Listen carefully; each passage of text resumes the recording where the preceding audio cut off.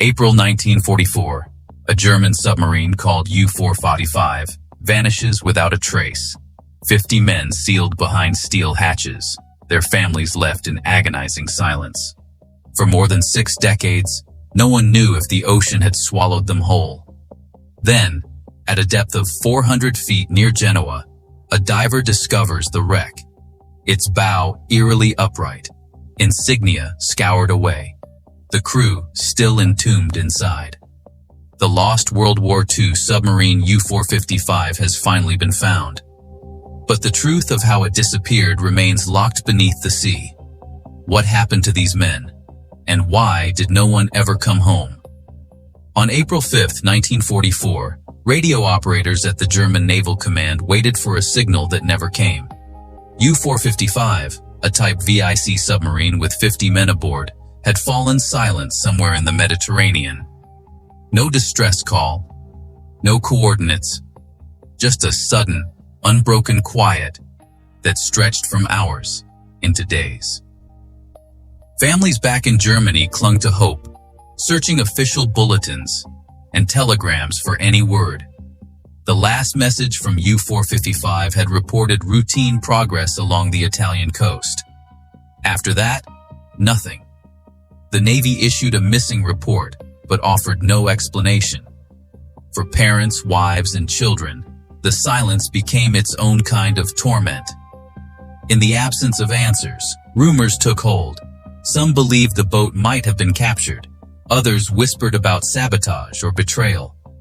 But as weeks passed, the reality settled in.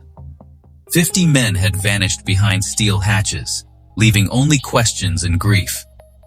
The war moved on, but for those left behind, the waiting never ended.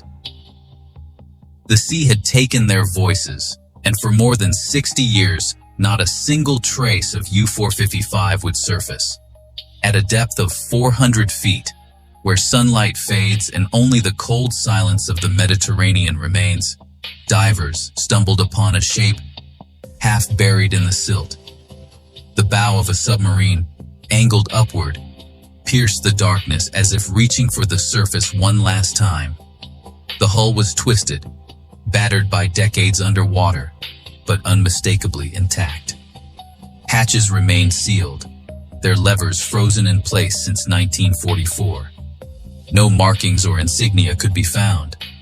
Years of corrosion and marine growth had erased every number, every emblem. The only clues lay in the vessel's posture. The stern torn away, the conning tower still upright. The periscope extended as if searching for a horizon that would never come. Inside, the compartments remained closed, untouched, since the day the sea claimed them. For those who first gazed upon the wreck, the realization was immediate and chilling. This was not just a relic, it was a tomb, holding the remains of 50 men lost to history. The mystery that had haunted families and naval historians for generations now had a physical presence lying silent and undisturbed on the ocean floor.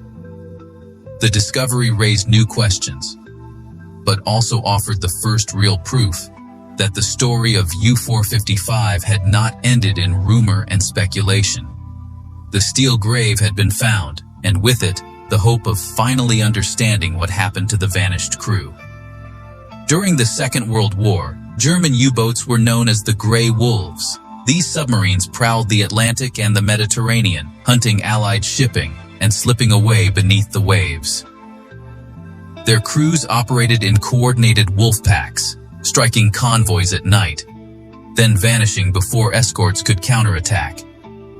The success of these tactics was celebrated in Nazi propaganda, which painted the U-boat men as the elite of the Navy, fearless, resourceful, and nearly untouchable beneath the sea. But behind the image of invincibility lay a harsh reality. By 1943, advances in Allied technology, radar, sonar, and new anti-submarine weapons turned the tide. The hunters became the hunted. Out of every 10 German submariners who went to sea, 7 would never return. The casualty rate reached nearly 70%, the highest of any branch in the German military.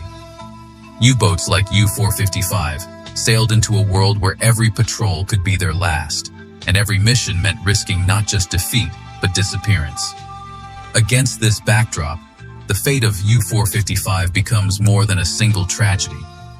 It stands as a stark reminder of the peril faced by all who went to war beneath the waves. The process of naming the wreck demanded more than a diver's intuition. Mark and Luke Breyer, historians known for their work on lost submarines, joined the investigation. They began with a simple question: which U-boats had vanished in these waters? Wartime records from the Freiburg archives listed 3 missing submarines in the Mediterranean, each lost without a trace. The team combed through technical drawings, patrol logs, and shipyard documents, searching for a detail that would separate one steel hull from another. The breakthrough arrived with a photograph from the Kiel shipyards, where U-455 had been built in 1941. The image revealed a subtle but telling difference: a unique pattern in the conning tower's railing, a feature only found on boats from that yard. Comparing this archival photo to images captured by the dive team, the match was unmistakable. The curve of the rail, the spacing of the stanchions, even the mounting points for the machine gun platform, all lined up. The evidence was conclusive. After decades of rumor and uncertainty, the unknown wreck had a name. The submarine resting 400 feet below the surface was U-455.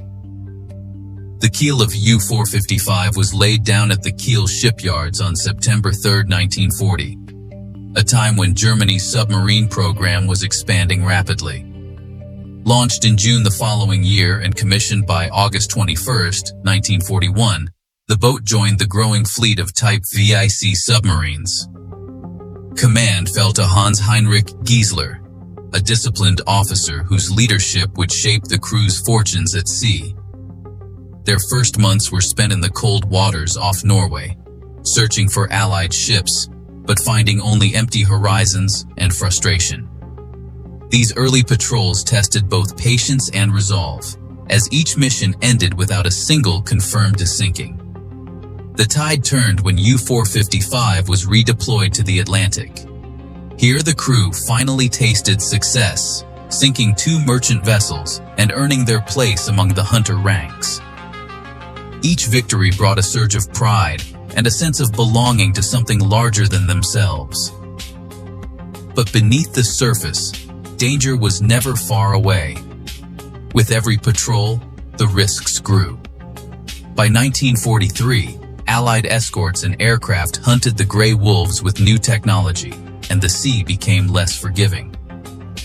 For Giesler and his men, each departure from port felt heavier, as the odds of returning home shrank with every passing month. In January 1944, U-455 faced its greatest trial. The order was clear: slip through the Strait of Gibraltar and reach the Mediterranean. For 40 hours, Hans-Heinrich Giesler kept his crew submerged in the blackness, running silent beneath the most heavily guarded waters in the world. British patrol boats swept the surface while minefields waited just below. Every minute brought the threat of detection or disaster. The crew rationed air, listened for the hum of enemy engines, and watched pressure gauges inch higher. When U-455 finally emerged on the other side, battered but intact, relief swept through the men. They had survived the gauntlet, at least for now. Forensic teams studied the wreck, searching for answers in twisted steel and scattered debris.